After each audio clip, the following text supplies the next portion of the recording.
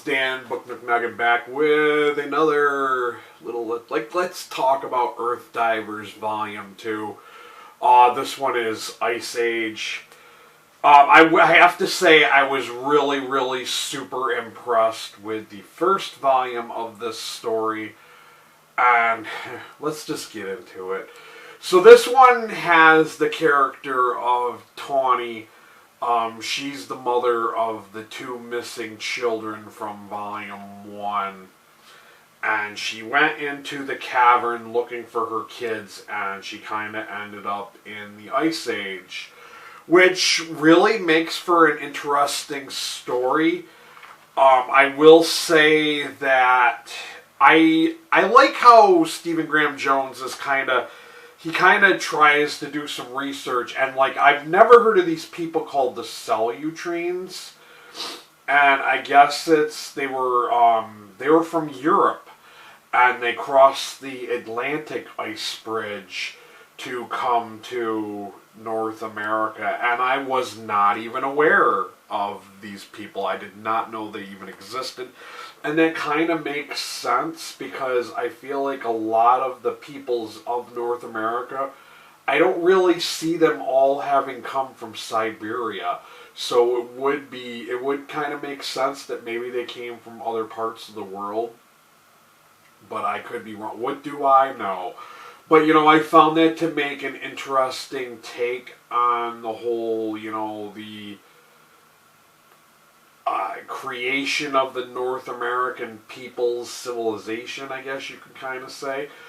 So this did make for an interesting aspect of something of what we thought we knew. And with her being stranded there, of course, in the Ice Age, she does not know the languages of any of these people, and she's just trying to survive. One of the things I do have to say I have to agree with a lot. I read the reviews and ratings of this on Goodreads.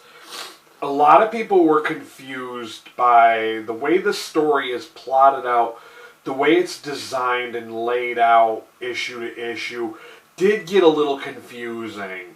And I know that there were multiple different artists who helped, put these issues together. And I think I'm going to go with what everyone else was saying. I'm going to say that I do agree.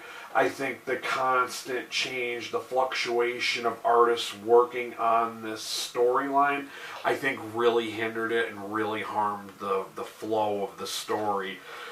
Because it does get confusing at times. You're kind of like, you think, what's going on, and then it's like, well, now what's happening?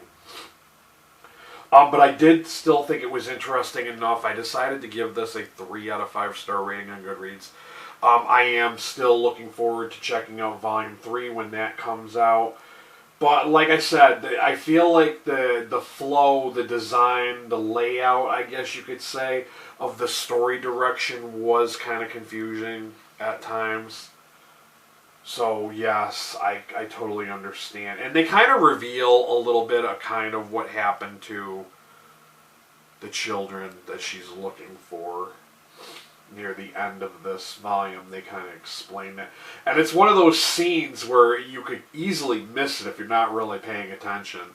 So you kind of have to really pay attention when you're reading Volume 2, or else you're going to overlook stuff like that. And I could totally see how somebody could miss that little scene. Because it's just, it's on one page, and the way it's told through pictures, and there's only so much you can kind of convey through pictures and your layout, your design of your scene to scene. So yeah, I could see why people were confused by this. But I am still enjoying the story. I am a fan of Stephen Graham Jones' writing. So I did really like this. I'm sorry this is going to be a short one. I did give this a 3 out of 5 star rating on Goodreads. I feel like this is I like time travel stories, and I like the fact that it's centered on Native Americans, and I like how Stephen Graham Jones kind of repeats this ideology of how Native Americans are survivors, and they learn to adapt to what's going on around them, not only in the environment, but with the flow of events. They just kind of go with the flow because they have no choice to, I guess you could say. So I like that aspect of it. Just the drive to survive. I like that. So yeah, I did really enjoy this, and of course, as always, I will have a link to Amazon if you would like to pick this up for yourselves. I'm also going to throw down my coffee link if you wouldn't mind helping support my channel by donating $1 or $2 through there. If you're new to my channel and you want to see more graphic novel comic book recommendations, by all means hit that subscriber button and then hit that notification bell so you know when I upload. I try to be consistent with my uploads, but you know, I'm doing this for fun. I'm not making anything from this channel. This is a hobby. This is purely just for the passion of wanting to share the books I read, because I think these are fun books, and you know,